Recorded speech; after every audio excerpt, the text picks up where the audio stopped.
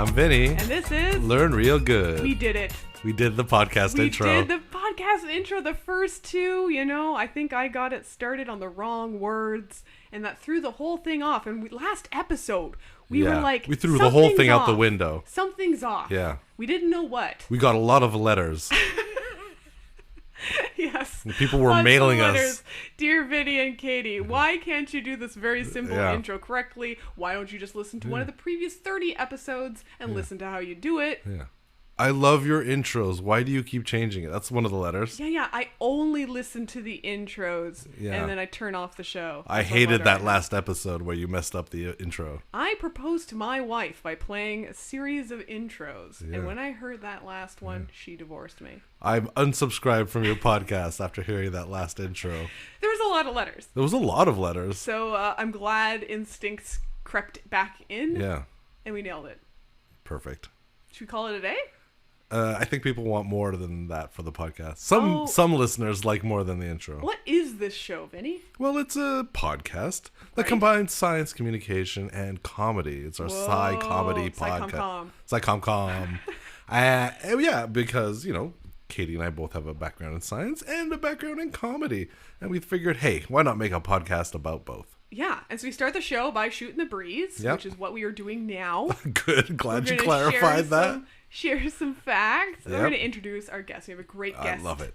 Can't wait to hear what they have to say. Yeah, so what's new with you, Vin? Let's shoot the breeze. I've mostly just been reading letters to the podcast, just like wading through a room full of letters. What real things are new, Vinny? I'm getting over a sore throat. You are. I am, yeah. I wonder if the listeners can tell that you're... My rasp. I was going to say your milky, creamy voice. That's not what we say. Milky, creamy voice. How do you describe a good voice? Like silky smooth? Silky smooth, not milky creamy. Yeah, silky smooth is how you order your coffee.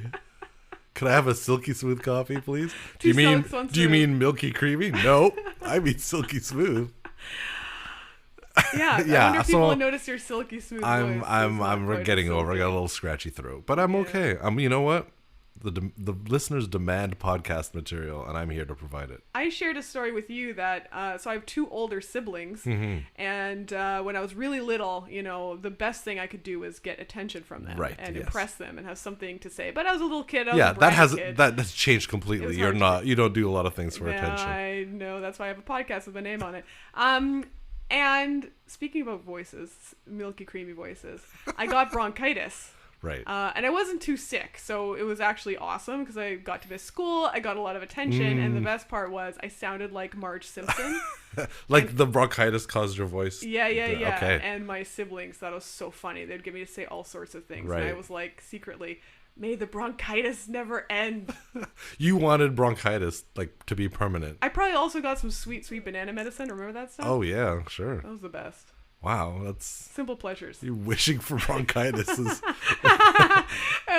quite a terrible take on what life was like. Anyway, now that we've shot the breeze, shall we share some facts? I love science facts. Vinny, get us facts started. Well, this is... I've been wondering how to approach this fact with you. And I think it's going to actually be quite fun. So, Katie, what do you know about urinals? I know they're a great place to find cakes. Right, yeah. You know what? Very little. I know what they look like, sort of rectangular things. There's sometimes a blue urinal cake for, I guess, the smell. It is the smell. Because I know men's bathrooms are disgusting, and that's where you find urinals typically. There's water, I think, constantly running. You don't flush them. It depends. They don't do that anymore to save water. It was the 80s when I saw urinal. Correct. And you pee in them. Yep. And in public, which blows my mind. And then you just go about your day. Hopefully wash your hands. Yeah, that's right. Yeah. Urinals, very functional. You got it. Yeah. Okay. And as you are correct, a lot of these bathrooms, people who use urinals, they can be messy because of the splashing. So those cakes that you talk about, there's chemicals in urine that stink if you let them dry. So sometimes if, for the listeners out there who've seen urinals with ice in them, what? Yes, sometimes bars, instead of buying cakes, have an ice machine. So it's cheaper to pour ice in there to prevent the smell. Because it's not just the chemical, but it's the temperature of the chemical. This is a disgusting fact. It doesn't smell when it's cold. So some bars just put ice in the urinals to reduce the smell. Okay, hot piss, worse piss? Yeah, exactly. Okay. Now, urinals, they're weird receptacles. They're like these giant, like you say, rectangular porcelain things that sit on the wall. People pee in them. And the reality is it can get messy. It can get splashy. The floors get disgusting. Get your shit together, penis havers. Sorry, everybody. It's gross. They're gross. They're gross things. Just it's a bathroom, right? Yeah, bathrooms are gross in general. But here's the hot new science. Okay, hot new science. People have developed a new urinal. Oh, stop it. Hot new urinal, hopefully to drop at some point. The splashing has to do with the angle at which the stream meets the porcelain. Yeah. And so one of the ways to reduce mess, and it saves cleaning, lower urinals. It's not lower. Higher urinals. It's kind of both. They're longer and skinnier than the regular urinal that you can picture. So it's kind of like a mini canoe that's mounted to the wall. So it's like tall and skinny. Yeah. And the walls of it are calculated to be a specific angle to minimize splashing, which previously hasn't really been done.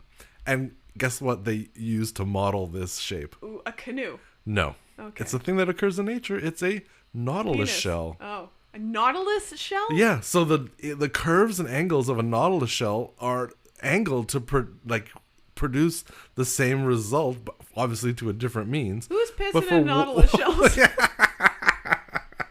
Well, scientists have to do their research. They grabbed a bunch of nautilus shells and they peed in them. Which one was the best to pee in? Yeah, exactly. And they just stuck it to the wall and then ran it to the sewer.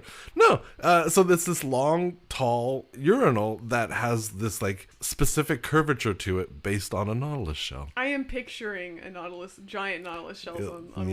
Yeah. Well, that's a close up. What does the curvature do? It traps the pee It just prevents the angle of the incidence of the stream from splashing back out. It curves it into the receptacle.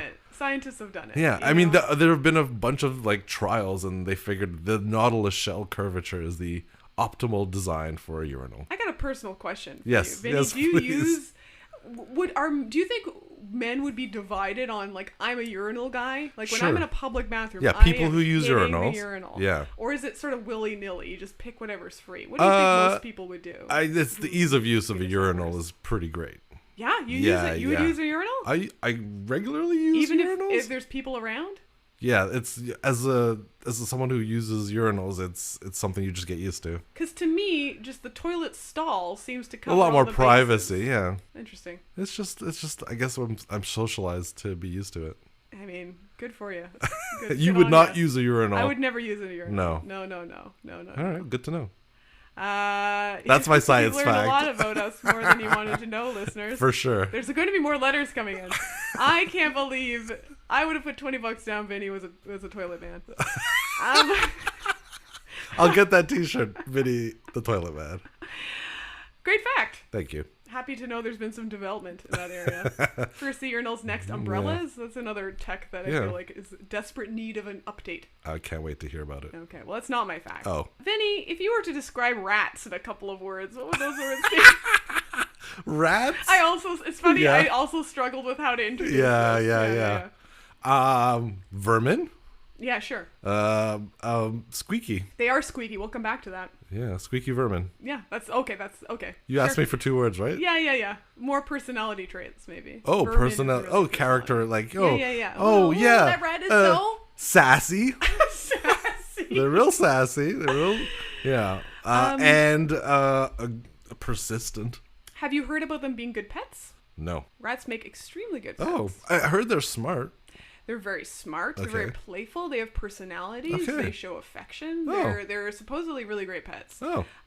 This is all a way of saying rats are very playful. Okay. And this is a study of play. Okay. Which I knew would interest you. Yeah, Not I'm so much interested. the rats. We No. are big rat fans in this house. But play. So this is a study that used rats in a nice way, you'll see, to study what parts of the brain are activated by play. Ooh. So what the study shows is that a particular area called the PAG, the PEG, not for me, standing for the periaqueductal gray, never heard of it. Sure. Part of your brain, apparently, it lights up. It's a very specific, like 2 runways in this part of the brain when they're playing.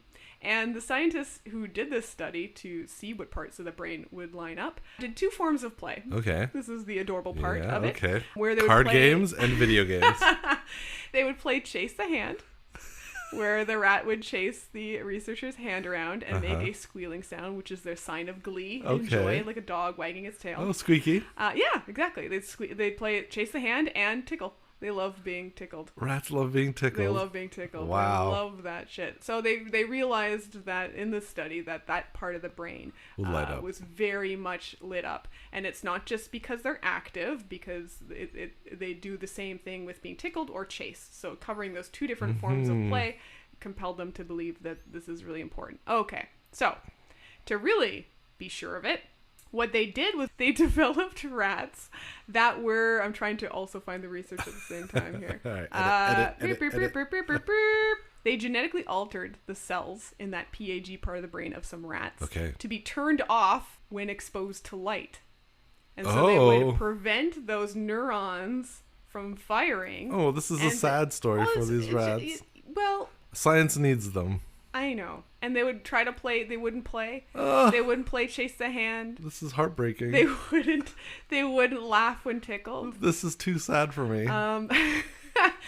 But it's really strong evidence that this is the part of the brain that's responsible for play. So who cares? Well, they're hoping that, rats aren't terribly different from humans. We have similar neurons going on in our brain, that if you can sort of understand this zone that is being triggered by play, that makes you want to play, that releases happy hormones when you do play, that people who have, say, depression, that's perhaps a part of the brain to target. Yeah. Wow. That's amazing. Yeah. Play in rats. Yeah. That's really cute. And it was really cute because the study really appreciated that play is important, and that's something we talk about as improvisers all the time, right? It's not something that's just a childish pastime. It is important for adults. Yeah, it's important. And the scientists were arguing that's important for things like resilience. Resilience to change. Being playful adaptable allows you to be more adaptable and flexible, and how that's all very useful stuff for everyone. Yeah, rats included. Rats included. Good job, rats. Well, now I know about rats and pets. I didn't know that. Can you imagine doing this study where your job was to tickle rats? Yeah.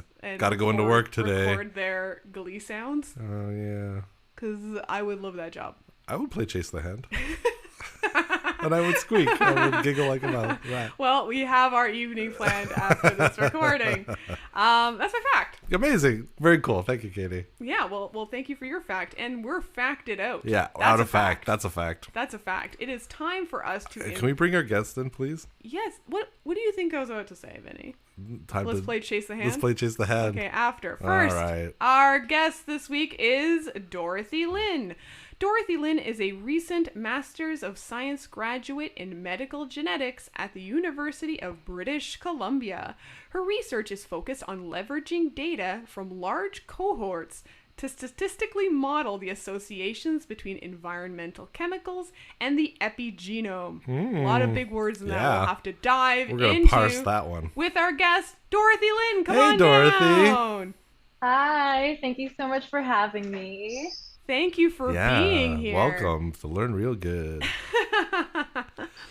So, Dorothy, let's start with the epigenome. I know what the genome is. For those who don't know, it's like all the information in your DNA. Right. Not one recipe. It's the whole recipe the whole package book and all the other DNA that isn't recipes. What is the epigenome, Dorothy? Yes. Right. So epi means on top. And so essentially what epigenome is referring to is anything that is on top of your genome. So when we are born or when we are conceived, we have our entire DNA sequence that's made up of our nucleotides, so your A, T, G, and C. And throughout your entire life, you can't change that sequence unless, of course, we go through mutations from the environment, for example. But a lot of times you're not going to change that sequence in every single cell of your body. So once you're born, you're stuck with that. However, throughout your life, you may come across challenges in the environment. For example, some individuals may be experiencing famine or childhood abuse. And there are times when your body needs to have long-term adaptations to your environment. But in some cases, we can't just take our genes and change them. We have to find a way to alter how our body is producing proteins and in what amount without changing that sequence. And that's where the epigenome comes in. So these are essentially chemical modifications that can be added or removed from your DNA, and they can change how your proteins are transcribed. So one example is the lactase gene. So we often need that lactase to digest our milk sugars when we're babies. But once you grow older and you're not drinking your breast milk anymore, you have to find a way to stop producing that protein because there's no reason for your body to keep making these proteins and breaking it down if you're not drinking milk. And so epigenetic modifications can come in and silence that gene so that you're not producing that protein for the rest of your life without a purpose. So what are some types of modifications? Like, I imagine there's things that the modifications that would make your DNA harder to access, so you make less of that stuff, and some modifications that would make it easier to access. Can you give us, this is, I know, going to get technical, but could you explain in words we would understand what some examples are? That's an awesome question because there are a ton of different epigenetic modifications. And because of this, this field is very large. Like, epigenetics is not just talking about one mark. So the first and most commonly studied mark in humans is something called DNA methylation. And so DNA methylation is the addition of a methyl group. If you're familiar with a methyl group, it's just the addition of a small little methyl group onto our cytosine bases. And these cytosine bases are found in these cytosine guanine pairs inside our genome. So in the promoters of our genes, which basically control how much protein we're making, we see a lot of CPG sites all stacked together. And DNA methylation is essentially controlling whether or not a gene is transcribed from that little CPG island area. And then on top of DNA methylation, we have the modifications that may not be stuck directly onto our DNA. So these are the marks that are stuck onto the chromatin, or like the actual proteins, the histones. The histone marks are essentially chemical additions onto the tails of these proteins that our DNA is wrapped around. So instead of our DNA existing as a loose, long string in our body, they're actually wrapped around these proteins like little balls of yarn. And based on what type of marks are stuck onto the tails of these proteins, it can either be looser or more compact. So things like our telomeres, which are at the end of our chromosomes, those are very, very compact under normal circumstances. So they're wound very tightly around these proteins, while your genes that are always being transcribed in your body, those are wound very loosely so that you can easily access them at all times. And depending on your needs for the moment, this can change depending on that as well. Wow. Yeah. So we can add methyl groups to our DNA. We can add scrap to our histones, or the proteins our DNA is wrapped around, to make it easier or less accessible. Why? First, with the methyl groups. This is a question I've always had. Hang on, I'm going to back up one more. Group? No, I'm going to back up even more because I'm not sure I followed all of that. Okay, sorry, go ahead. So basically, there's parts of DNA that make our proteins, and the proteins are used to like make cells or parts of our cells and things like that. Yeah. And what's happening in the environment can make things stick to our DNA or parts of our DNA to make them work or not work, or make proteins or not make proteins. Does that sound right? Yeah, essentially. Yeah. Great.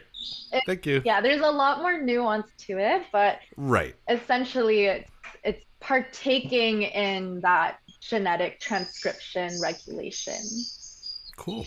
So a methyl group whenever we introduce functional groups in my biology class, the methyl group is always like the least sexy. You know, it's like, oh, whoopee woo, a carbon with 3 hydrogens. Let's move on to the carboxyl groups. Now we're talking. So why is it that one carbon with a couple of hydrogens can have such an effect? Why does that do anything? Right. That's a really good question as well. And that's something that is talked about in DNA methylation studies, because we are often looking for certain CpGs, so certain sites within the genome that are differentially methylated. And when we are trying to pull away the functional part of this, so trying to understand what the function of that change is, it's really hard to tell without actually changing that single group and seeing the function. And so one of the big ideas and a really good potential step with methylation studies is that it would be really beneficial to change a lot of these CpG groups that are together, because that's when things are actually impactful. So as I was saying earlier, we have a lot of these CpG sites all stacked together in the promoter of a gene. So one methylation group may not be making that big of a difference, but if you have the entire promoter that is methylated or completely unmethylated, that's what can make a difference. Because once you have so many methyl groups stacked together, that's when you may be starting to have changes to the DNA structure, or those DNA methylation groups can also be signaling to other biological factors that may read these signals and then come in and make it more inaccessible or accessible, because it's actually not a 1-to-1 ratio at all. Right. Yeah. So it's not actually changing the DNA, because as you said, like when you're conceived, your DNA is going to be your DNA, short of any mutations. Right. And so these methyl groups are kind of environmentally present or not present, and they come in and like just affect how that DNA gets expressed in our bodies. Yeah. And not just like one, like you're saying, like it takes a bunch of them to do any real functional difference. Totally. Okay, cool. Yeah. I'm just making sure I get this. No, you. I'm not the biologist here. You totally got it. So who's adding these methyl groups? Is it someone named Methyl? Is it an enzyme that like, oh, time to put the methyl groups, like, how does it get there? That is actually what it is. So there are 3 different types of enzymes, and I may be missing some just as a disclaimer, but DNA methyltransferase, so transferring our methyl groups on, those are the enzymes that put the methyl groups on. And so I don't exactly remember which one does what, but some of them are involved in maintaining a certain pattern across your genes. Every time a cell divides, it's in charge of maintaining that pattern. And then the other types are in charge of creating new patterns. So patterns of DNA methylation that are not there. And this is really important during development, because something really interesting that happens when you're a zygote is that all of your DNA methylation marks get erased completely. So yeah, when you're like a small little zygote, everything gets erased, and then your methylation patterns are put on again from scratch. And that's, like a reboot. Yeah, it's like a complete reboot. And that's actually a really controversial topic in epigenetics of whether things can be transmissed across generations because of this complete reboot. Right. Yeah. That's cool. So basically the thing that I'm getting is that these methyl groups act as a volume knob on DNA. Essentially, yeah, they're a volume knob. And that's why, even though we have millions and billions of cells in our body, and every single cell has the exact same genetic code, we have liver cells, skin cells, stomach lining cells. We have so many different types of cells, and this is because of your epigenome. Because it tells the cell what type of cell it is, and then regulates which proteins are expressed. Right. So it turns up on my hair, it turns up back when I was younger and I had hair, it turned up the volume on my hair, on the hair parts of my DNA, and turned down the volume on all the other parts. Exactly. Okay, cool. Yeah. So that's my epigenome. Yes. So you have like a methyltransferase that puts the methyl on the DNA. Who tells the methyltransferase to do it? Like, where's the connection between the stimuli from the environment and the body? Like, where does the body start, man? Right. Yeah. So DNA methylation is a constitutive process that happens, which means that it's always happening. And it's also essential for life, for human life, because without it, we wouldn't be able to maintain our cell diversity.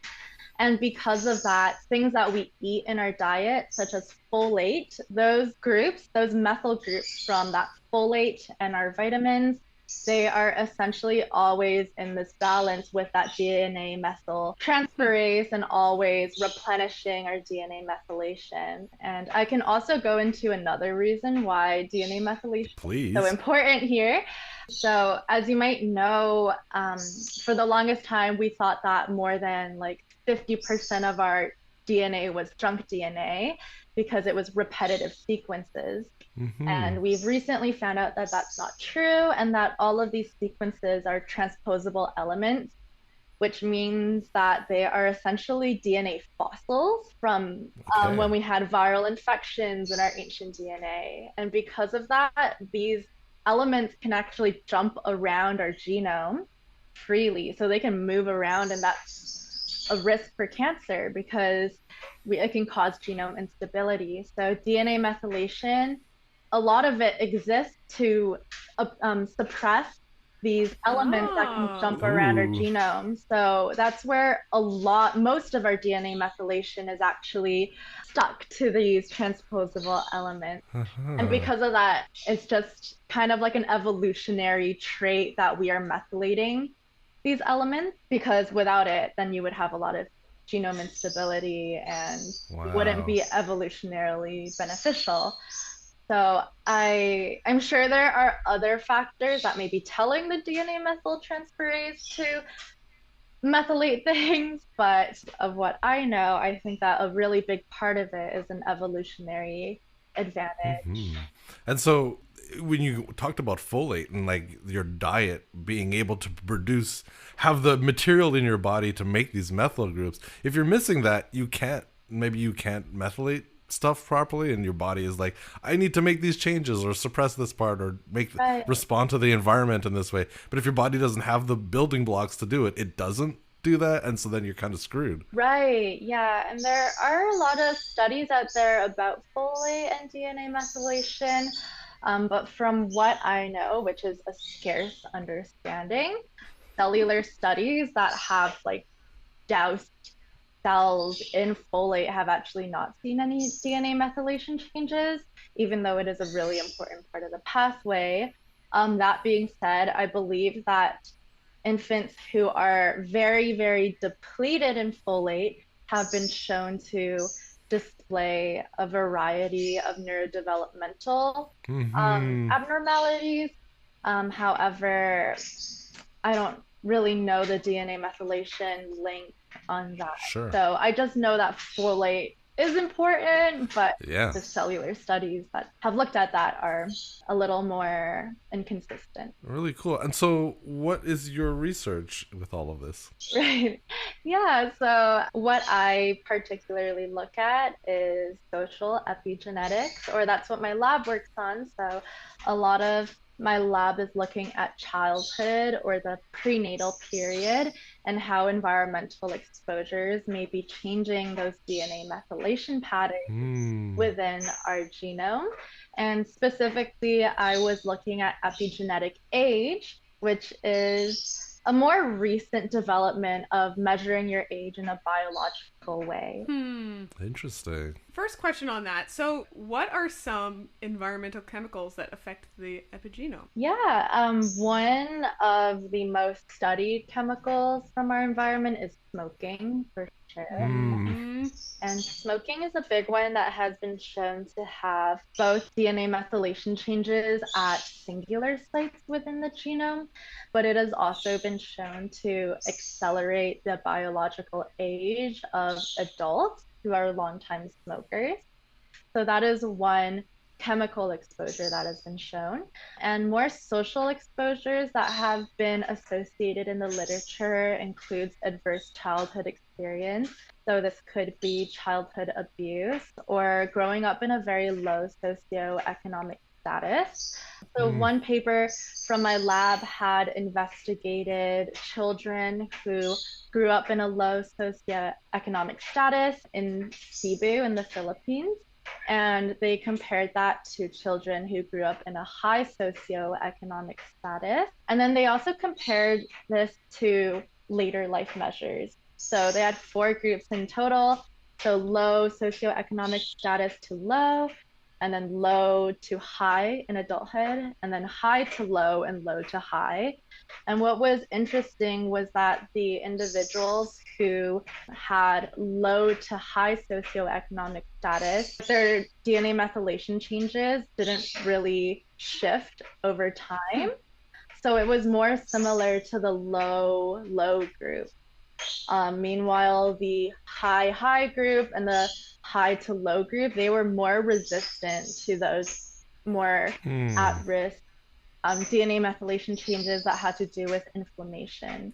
And so it really highlighted how that early life period is a lot more sensitive to environmental challenges compared to that later life period, which is interesting. Wow. So do we know why things like what sounds like stress, really, why stress during development would have, like, why is that a thing versus joy? Like, why would stress affect DNA epigenetics? Yeah, I mean, that's a really good point that highlights how a lot of our research is focused on that almost negative side of things, like why do we have these diseases, how stress related to things, and we have a lot less research about, does joy have some type of change. So I think in the literature in general, it is a little more hard to compare whether we have very joy associated DNA methylation changes, just because people are less interested in looking at that. When the going's good. Yeah. Have they tried playing Chase the Hand? Yeah. That might help. Exactly. Tickling. We could do a tickling epigenetics. Yeah. It would be interesting.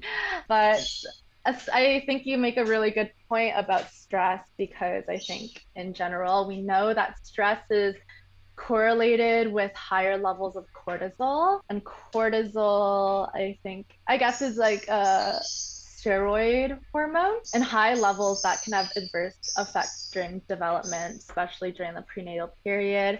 That being said, I don't know a ton about cortisol's effects. Sure. So I can't speak too much on that, but I would imagine that those hormones being out of whack can definitely be something that can affect the child. Additionally, some children who are experiencing those adverse experiences may need to adapt neurodevelopmentally. Now I'm just digging into my undergraduate psychology courses and I don't want to say anything I'm not sure of, but one example is my postdoc, she studies attachment style and how that can be reflected in your epigenetics. Wow. Fascinating. Right. And so attachment style is one example of that adaptive mechanism. If your parent is not consistent in their affection and whether they are a safe place for you to go back to when you're a child, your brain has to adapt its internal working model to kind of cope with that inconsistency. And that has been shown to persist in adulthood and how individuals build their relationship. And so because of that, this type of relationship or model in your brain may also be reflected in your epigenetics. Wow. I had no idea that attachment styles. So are we at the point where we could take the DNA, take a gene? Okay, here's my experiment idea, Dorothy. We took some genes from a bunch of different people, and we took a magnifying glass. We counted the methyl groups. Could we look at the epigenetics of individuals and correlate that with attachment style? Are we at that level of resolution, or we're just starting to notice patterns between these things? Totally. So The most common way and the most high throughput, which means high throughput just means a lot of information, like a method that gives you a lot of information. So the most high throughput method of measuring DNA methylation across our genome right now is something called the EPIC bead chip. And this is made by Illumina. Yeah, it sounds kind of delicious, actually. And it consists of 850,000 probes on this tiny, tiny little chip. And so basically what that means is that it measures the DNA methylation levels at 850,000 sites within someone's genome. Okay, wow. Even though that sounds like a lot, the reality is that we have 30 million CpG sites in the genome. Okay. So 850,000 actually only covers around 3%.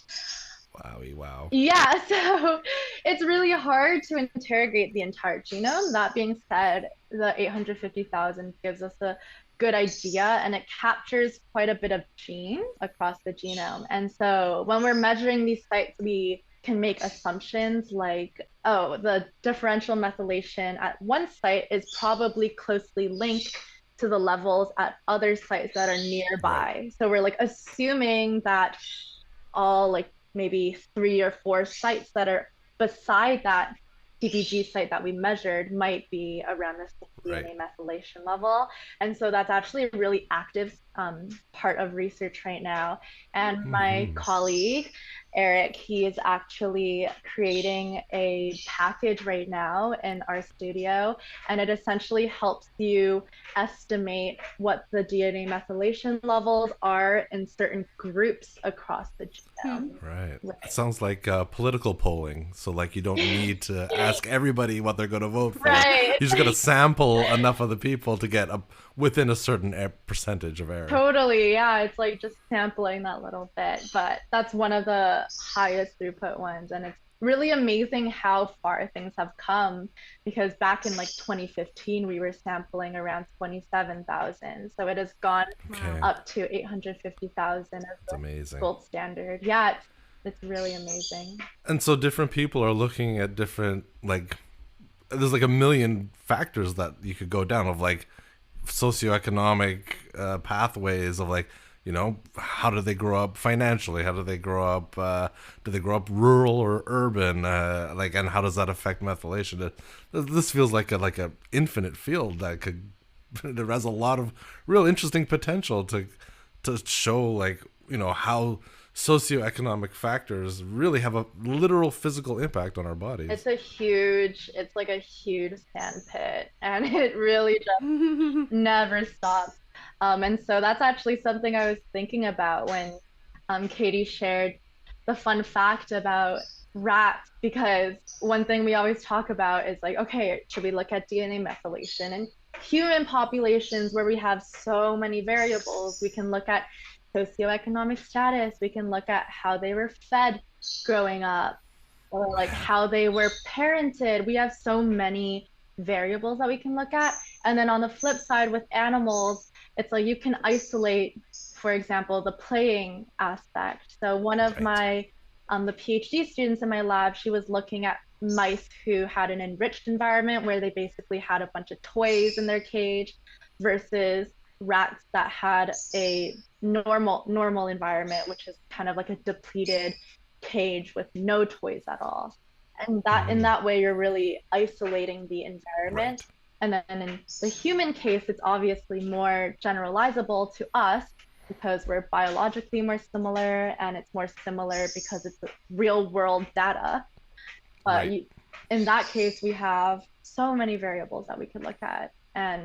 But it's a really big part of research now, where we have cohorts that are being followed over decades. And they bring these children and these families back throughout the years to redo these surveys and like keep asking about how they're doing, or like taking biological measures. It's a really advantageous part of research right now, I think. Hi everyone, I'm Tong. I'm Sam. And I'm Laura. And we are Disney Dummies! Look, we know there are Disney superfans out there, but even the superest of fans could still be Disney dummies. That's why the three of us are on a quest to watch every single animated theatrical release in chronological order, from Snow White all the way to whatever's out right now. We dive into each movie in detail, talking about fun facts, talking about the animation, hit you with some hot takes, our favorite reviews on the internet. We even talk about who fucks. I still can't believe that's an actual segment. So join us every second Wednesday for another episode of Disney Dummies. And Pixar Pals when we finally catch up. Yeah. Brought to you by the fairy tale whimsical depths of the pod cavern. You mentioned, Dorothy, that there's an area of epigenetics that's looking to see how things are passed between multiple generations and how that seems somewhat paradoxical because of that wipe. Mm-hmm. One can help but wonder if like something like intergenerational trauma, right, is something that we'll see one day is coded on our epigenetics. Right. How do we, at this point, I know it's a debatable subject, but how do people explain how it's possible given that wipe? Do you know of some arguments for how things can pass that far? Yeah, there are actually quite a few papers because this is a really polarizing topic in epigenetics, especially because of that wipe. So some like to argue that, there is intergenerational transmission, and I personally feel like there needs to be more concrete evidence for this. And the only way that I could see that evidence working is if you are truly extracting a zygote throughout every day of gestation to see, okay, are these patterns from the mother or the father being passed down from the sperm to the child? Because without that, it really could just be that the mother grew up experiencing low socioeconomic status and then continue to experience low socioeconomic status. Right. And then while they're pregnant with a child, those patterns that are characteristic of low socioeconomic status may be being coded into that child's genome because of the environment and not necessarily because the mother's egg has that. Is passing it on. Yeah, exactly. So it's a lot harder to tell. No kidding. So your overall sort of area is called medical genetics. Is everyone in medical genetics doing epigenetics, or like what other things might someone in that general field be doing? Right. So no, not everybody does epigenetics. I have many of my friends who are working on neurological disorders. So two of my friends are in labs focused on Huntington's disease. Oh, okay. And other friends are working on cancer. And so there's really a large range of projects that people work on. And I would say that a lesser part of the department is focused on that big data area that I am focused on. But overall, my department is actually quite small. So my cohort went in with only 12 people. And it was genuinely so nice because we got to become really good friends throughout the year. And everyone there was just so excited about learning about genetics. And we all could contribute our little pieces and pick at each other's brains. So yeah, it's really cool when you have like that group that you really come together. It's not too big. And it's not too small. It's just that like 12's a good number. It was just right. Yeah, it was just right. Just right. Yeah. How did you end up doing this, Dorothy?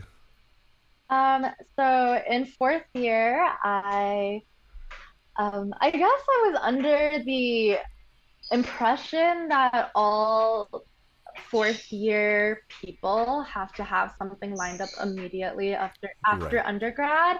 And so I was really surrounded by people who were always asking each other, what are you doing next year? Like, how are your apps going along?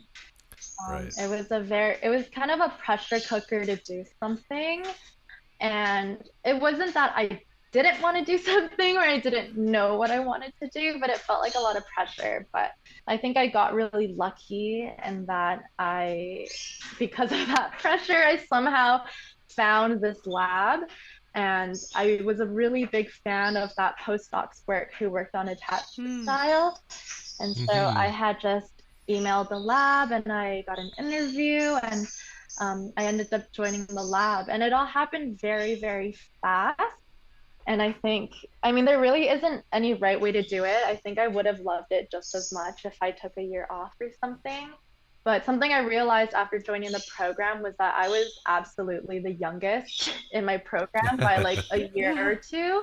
And it really made me realize that, you know, there's like no rush when you're in fourth year to have something immediately lined up.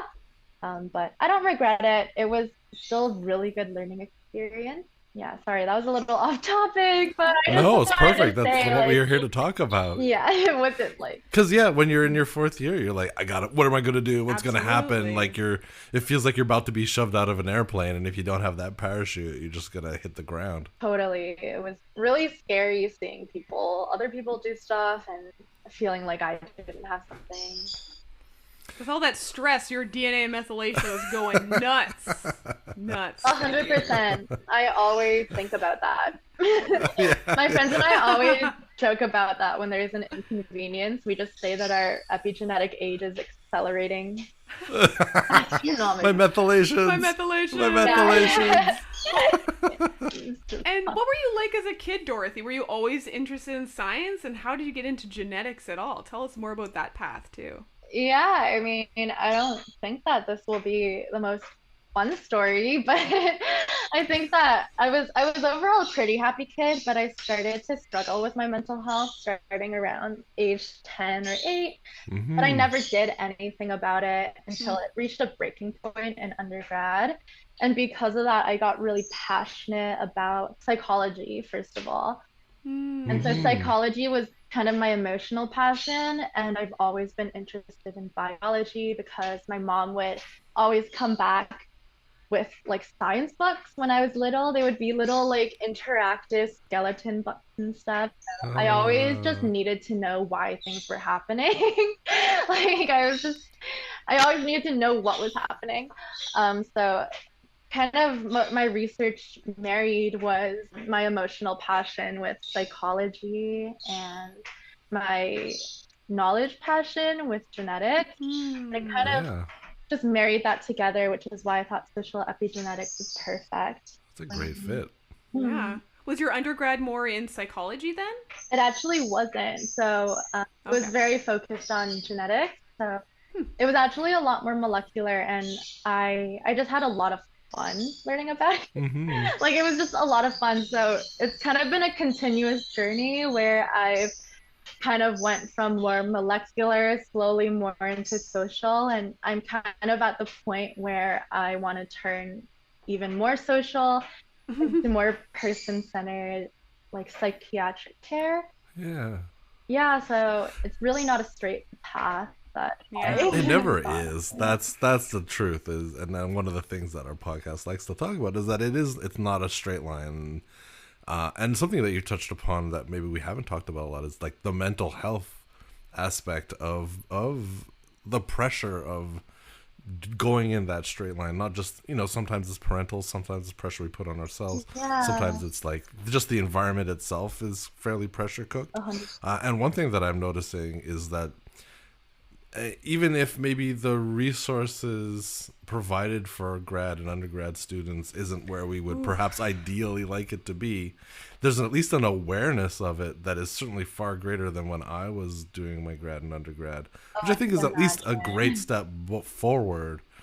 Just like knowing about it, like, can we fix it? Maybe the resources are there, maybe they're not.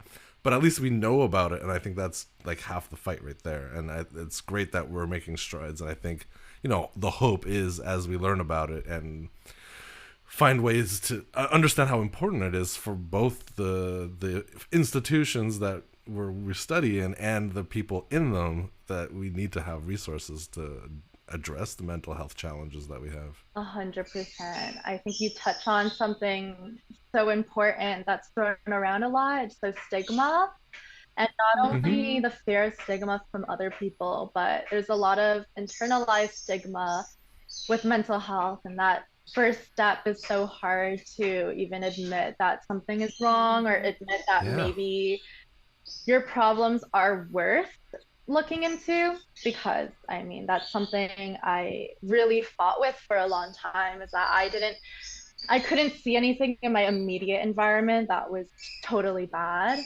I was like, well, no one in my life has died, or like I'm being, right, that's the bar. Yeah, or like I'm being financially supported. Like, why should I even be going through anything? Right. Even though I was like crying myself to sleep every day for no reason. So I think that internalized stigma is a huge, huge part, and something important that you definitely name. And talking about it and sharing your story like this is so great, because this is what people need to say more, you know, because when you see high achieving people, you often think that everything is so rosy and they're doing great, right? The more we have people sharing that, no, it was like it's legit very tough. hard and painful, and we don't know where everybody's coming from and what their story is. And so even if on the outside it looks like they're succeeding, there's people struggling in so many different ways. And something that Katie and I talk about a lot is this idea of perfectionism in the sciences and fear of failure that is like really, it drives a lot of people in the sciences to like really do incredible things, but at what cost, you know? Like there's a real toll that it takes to feel like I always have to be like infallible to a degree, like I can't mess things up, and that is not healthy for anybody. We're human beings, and I think it's important for us to acknowledge that. It's also like not how science works too, for everything to work.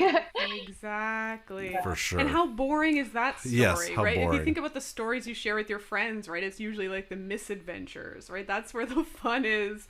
It's never the, oh, we thought it was this, end of story. Yeah. Right? That's a boring story. 100%. I mean, I can personally speak to that because my master's project, all of my results were actually negative. So I had 0 positive results, and for a while I was like so scared and terrified for myself. I was asking myself, did I do something wrong? Was it like something terribly wrong I did with my analysis? But I looked at my data like super closely, and you know, it was definitely null. And learning how to frame that in a discussion and like frame that in a story, and it was so hard, and it kind of made me realize how much of a bias for positive results there is. Yes. Oh my God. Null. There should be a journal of null results 100%. if there isn't already. Yeah, because like some of the high impact journals are like, I don't want to name any journals, but like, but there's a bias towards positive results, because there's the idea that the positive results are what is fueling data forward, or like fueling findings. But yeah, I've realized that null results are so important to tell other people where to not waste their energy. Absolutely, you're not preventing people from wasting time. How much money are we wasting doing things duplicating that the literature things says hasn't been done, but it has been done and it didn't work, but you'll never know. You'll never know. Exactly. Yeah, that's why it was and that's part of science. Yeah, totally. What's next for Dorothy? Yeah. You've just finished your master's. What are you up to now? Currently, I'm trying to finish editing my thesis so that I can finally submit it and graduate in November. And I'll be publishing, yay. I'll be changing that into a manuscript as well to hopefully publish soon, which is really exciting. It'll be my first ever publication in a journal. Yeah, I'm really excited about that. And other than that, I'll be just taking a break, because I've been a student for like 18, 20 years now straight. Since I was 2. Time for a break. Yeah, that's a long marathon. Yeah, since I was 2. So yeah, gonna take a break. Cool. And embrace my side gigs, as I love to DJ and do crafts. We're just gonna do crafts until I want to start applying for jobs. But long-term goals, though, I do want to work within my community on youth mental health. that's something that I care a lot about. And also working within the downtown east side and working with populations that are experiencing homelessness and mental health resources for populations that are more vulnerable. That's something that I think about a lot every time I pay for therapy, just how inaccessible it is. So I really do hope to one day be able to contribute to those accessible resources, because just talking to youth and also individuals around this community, it really has shown me just how needed it is. That's really beautiful, Dorothy. Yeah. Dorothy, we're out of time, but thank you so much for being here, sharing your research and your personal stories. The stories, yeah. We have no doubt the mark you'll leave, the methylation you'll leave on society, the positive methylation. Yeah, you'll leave on society. Hopefully, it's positive methylation. Yeah, and look, null results are good results too. Yeah, totally. I think that should be the mantra that we should take away. Yeah, yeah, absolutely. Listeners, Dorothy got her master's with null results. You can too. Exactly. All right, thank you, much, Dorothy. Thank you. Wow, that was very cool. Is this your first time learning about epigenetics? I knew nothing. I knew nothing about this. I knew DNA stuff like you learn in high school and some stuff that I kind of read on and from living on with a biologist. Right. But yeah, epigenetics is a whole other thing. Whole thing. Amazing, crazy field. Yeah, very much so. Well, I'm gonna be worried about my methylation now. Oh my god, my methylation as a high stress person would be bananas. Just day after day. I did get carded at the casino recently, so I look young. Yes. Methylation of be a damned. 90-year-old. Yeah, methylation of a yeah. You look old enough to be carded, great. But your genetics. Yeah, epigenetics. I've been preserved in methyl groups. That's all the time we have. Thank you, Vinny. Thank you, Katie. Thank you, Dorothy. We learned so much today about urinals. Yes. Rats and their playfulness. The hand game. And of course, epigenetics. Yes. Thank you so much. Yeah. Send our viewers, our listeners out on our socials, Vin. Yeah. If you're interested in following us on social media, check us out on TikTok, on Facebook, on Instagram, and what used to be Twitter at LRG Pod. That's at LRG Pod. Also YouTube. Oh yeah, YouTube. We have a YouTube channel now. You can look up Learn Real Good out there. And we've spliced off our science facts into a fun little listening series. So if you haven't listened to series 1, that's what's going up every so often on our YouTube channel. And what about for listeners who are grad students and want to be guests? Hey, if you're a listener and you're a grad student in the STEM fields and would love to be a guest, why don't you email us? Reach out to us. We love having you on. You're getting higher and higher. At learnrealgoodpodcast.gmail.com. That's learnrealgoodpodcast@gmail.com. Just send us an email and we'd love to talk to you. Sounds good. See you next time, folks. See you later. Bye-bye. Bye-bye.